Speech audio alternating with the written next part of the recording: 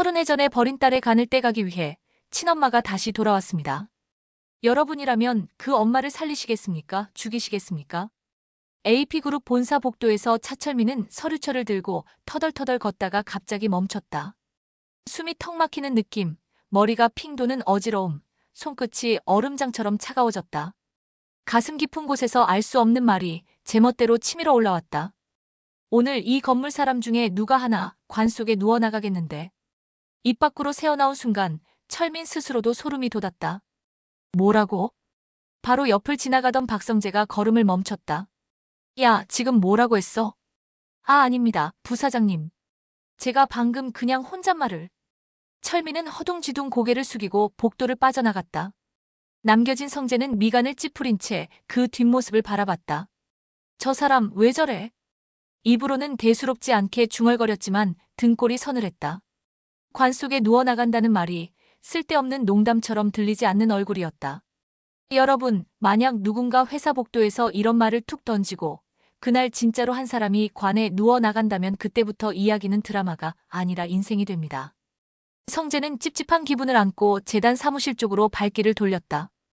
고성의 이사장이 이끄는 AP그룹 산하재단, 그리고 그 공간을 카페 겸 라운지로 꾸미고 있는 인테리어 디자이너 지은호가 있는 곳이었다. 문을 열자 익숙한 풍경이 펼쳐졌다. 컴퓨터 화면을 보며 자료를 정리하는 직원들, 후원 아동들의 사진이 걸린 벽, 그리고 회의실 쪽에서 서류를 들여다보던 이지혁의 옆모습. 야, 부사장님 출근하셨네. 이지혁이 고개를 들며 웃었다. 너 재단 쪽은 왜 이렇게 자주 와? 회사 일 안 하냐? 돈 되는 재단이니까 와서 확인하지. 투닥거리는 말투였지만 둘의 사이는 오래된 친구처럼 편안했다. 근데 너 재무팀의 새로운 과장 알지? 차철민. 일 잘한다더라. 그런데 왜? 성재는 아까 복도에서 들은 말을 그대로 전했다. 관이 어쩌니 집에서 누가 죽어나간다느니. 이지혁은 코웃음을 치면서도 눈빛이 미묘하게 흔들렸다. 그 집안 박수무당 집안이래. 뭐 꿈꾸고 예진이 뭐니 그런 소리 종종 하더라. 기가 좀 센 모양이지. 그래도 회사 복도에서 그런 소리 막 하면 되냐? 원래 그런 사람들 자기도 모르게 튀어나오거든. 말은 가볍게 했지만 철민의 창백한 얼굴이 계속 떠올랐다. 그때였다. 사무실 문이 퉁 하고 세게 열렸다. 문간에 선 사람은 지은호였다. 항상 밝게 웃으며 안녕하세요 하고 인사하던 모습과는 전혀 달랐다.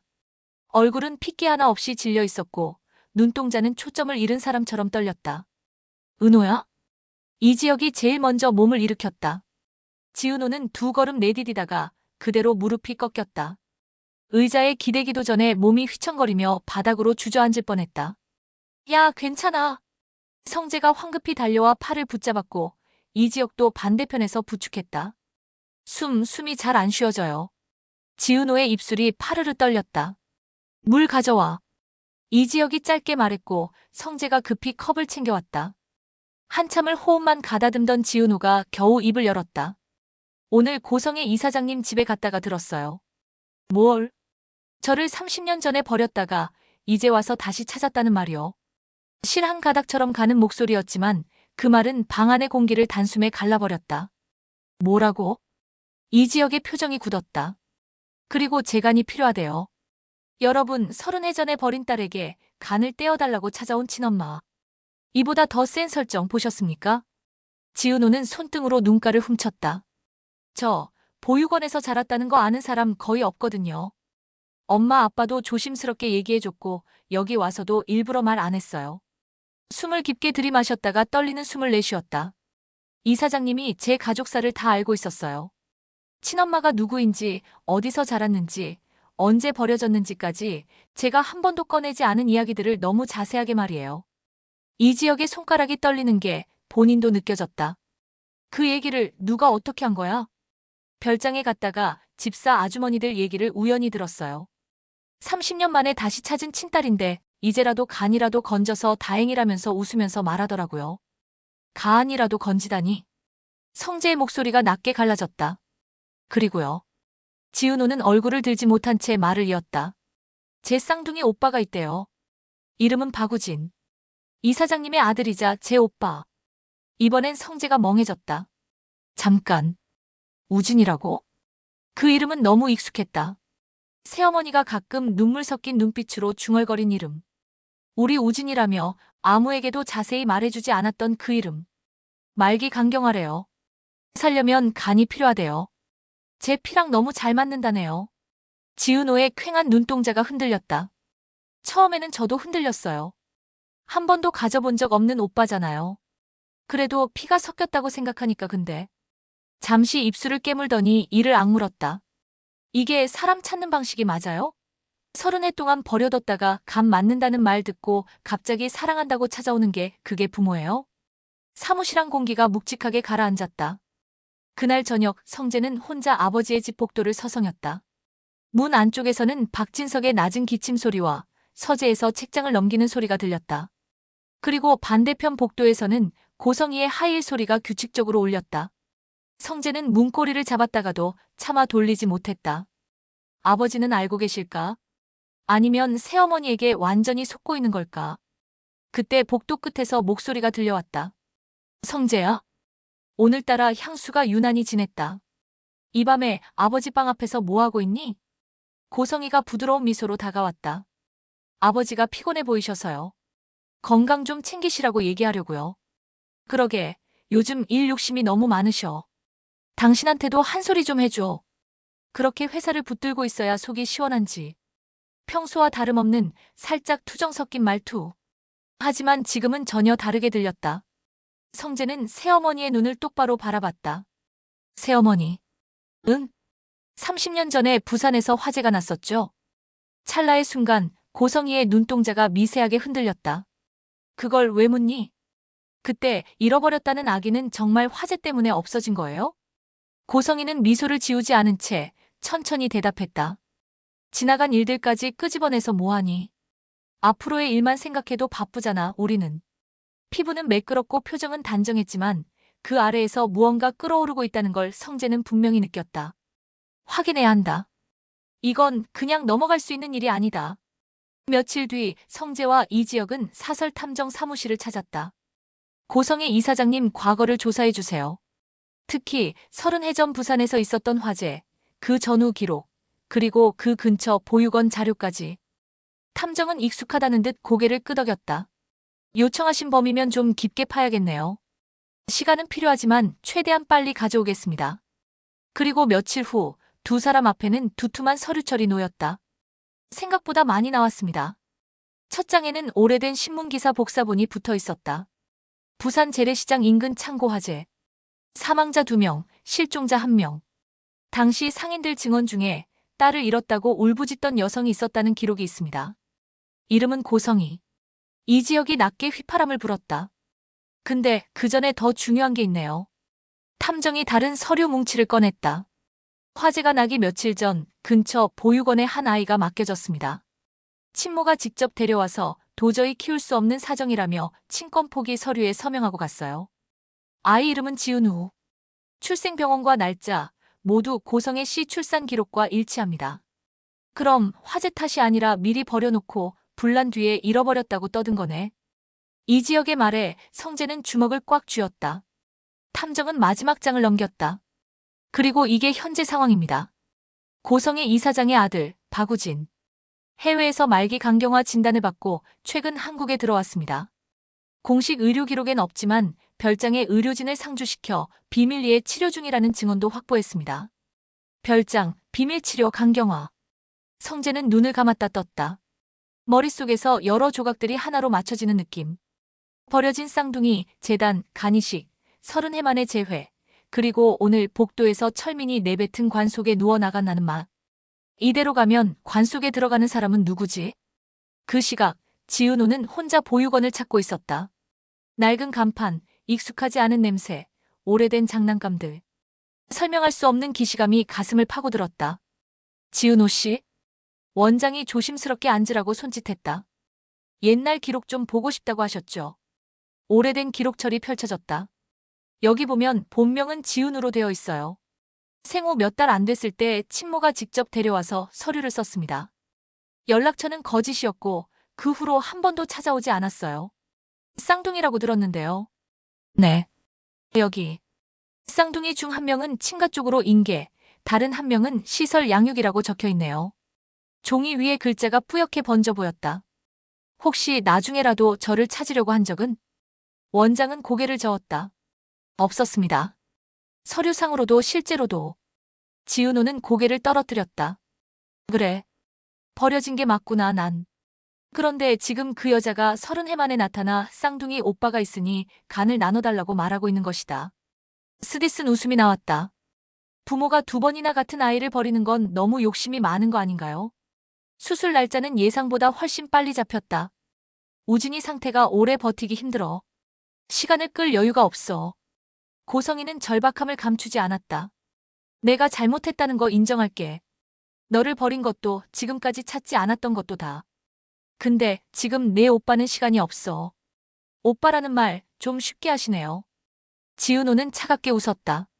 30해 동안 한 번도 부르지 않았던 말이잖아요. 그래도 피는 못 속여. 내가 도와주면 난 평생 내 빚을 지고 살 거야. 재단도 집도 내가 원하면 다 넘겨줄게. 너무 늦은, 너무 값싼 제안이었다. 하지만 오빠라는 2글자가 마음을 비집고 들어왔다. 나만 살겠다고 외면하면 평생 죄책감에서 못 벗어나는 건 아닐까? 지은호는 잠시 눈을 감았다. 수술할게요. 그 한마디가 목을 타고 나오는데 숨이 막히는 듯했다. 수술 당일 아침 병원 복도는 유난히 조용했다. 지은호는 환자복을 입고 침대에 누워 천장을 바라봤다. 희미한 형광등빛이 눈을 찔렀다. 이게 진짜 내가 선택한 길일까? 머릿속에 여러 얼굴이 스쳐 지나갔다. 자기 피도 섞이지 않았지만 평생 딸이라고 불러준 엄마 정순이, 잔소리 같지만 늘 따뜻했던 아버지 이상철, 누나, 나중에 돈 많이 벌면 효도할게라던 지강호, 언니 진짜 멋있다고 말해주던 이수빈. 피가 중요한 게 아니라 옆에 있어준 시간이 중요한 거였는데 난 지금 누구를 위해 이러고 있는 걸까? 그때 병원 안에 사이렌 같은 방송이 울려 퍼졌다. 코드 블루, 코드 블루. VIP 병동 3층. 긴급 상황 발생. 3층. 박우진이 누워있는 곳이었다. 지은호의 손이 저절로 이불을 움켜쥐었다. 같은 시각, 이지혁은 차를 몰고 병원으로 달려가고 있었다. 좀만 더 밟아. 오늘 수술하면 안 돼. 최소한 진실 다 듣고 결정하게는 해줘야지. 옆 좌석의 박성재가 다급하게 말했다. 그게 벌써 끝났으면 어떡하냐고. 이지혁은 악셀을 더 밟으며 이한 생각만 되뇌었다. 지은호, 절대 수술대에 혼자 두지 않는다. 너 이제 내 인생에서 그냥 지나가는 사람이 아니다. 비혼 주인이 뭐니 떠들던 말이 다 부끄러워질 만큼 머릿속은 한 사람 생각으로 가득했다. 병원 주차장에 도착해 숨이 턱에 찰 때까지 뛰어 올라갔을 때 이미 복도는 어수선했다. 간호사들이 분주히 오가고 의료진들 얼굴에 떨림이 묻어 있었다. VIP 병동, 박우진 환자 어디 있어요? 성재가 큰 소리로 물었다. 잠시 후 담당 의사가 다가왔다. 보호자분들 되십니까? 가족은 아니지만 사정은 압니다. 의사는 짧게 눈을 감았다 뜨며 말했다. 조금 전 심정지가 왔고 응급처치를 했지만 결국 회복하지 못했습니다. 사망 시각은 아침 9시 27분. 9시 27분. 철민이 오늘 관 속에 누워나간다고 내뱉던 시간이 머릿속을 스쳤다. 관 속에 들어간 사람은 결국 우진이었다. 수술실 대기실에서 지은호는 의사에게 수술 취소 통보를 받았다. 이게 무슨 말이에요? 공여받을 예정이던 환자분이 더는 수술을 받을 수 없는 상태입니다. 죽었다는 거네요. 의사는 아무 말도 하지 못했다. 그 침묵이 곧 답이었다. 그때 숨을 헐떡이는 발소리가 들렸다. 은호야. 이지혁과 성재가 문을 박차고 들어왔다. 너 괜찮아? 수술 안 한 거지? 네. 지은호의 얼굴이 일그러졌다. 수술 못했어요. 오빠가 먼저 갔대요. 그 말을 듣는 순간 둘 다 한 걸음 뒤로 물러섰다. 살아남았다는 안도감, 차마 입 밖으로 꺼낼 수 없는 안도의 숨. 그리고 한 번도 만나보지 못한 오빠가 죽었다는 사실이 가져오는 묵직한 슬픔. 서로 다른 감정이 한꺼번에 밀려와 세 사람 모두 아무 말도 하지 못했다.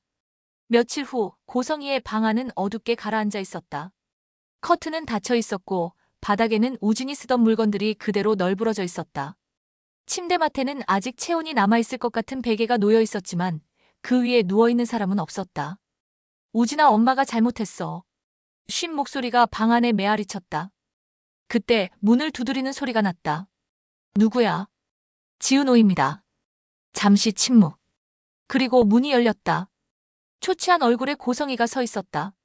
머리는 헝클어져 있고 눈은 퉁퉁 부어올라 있었다. 은호야. 제 이름 부르지 마세요.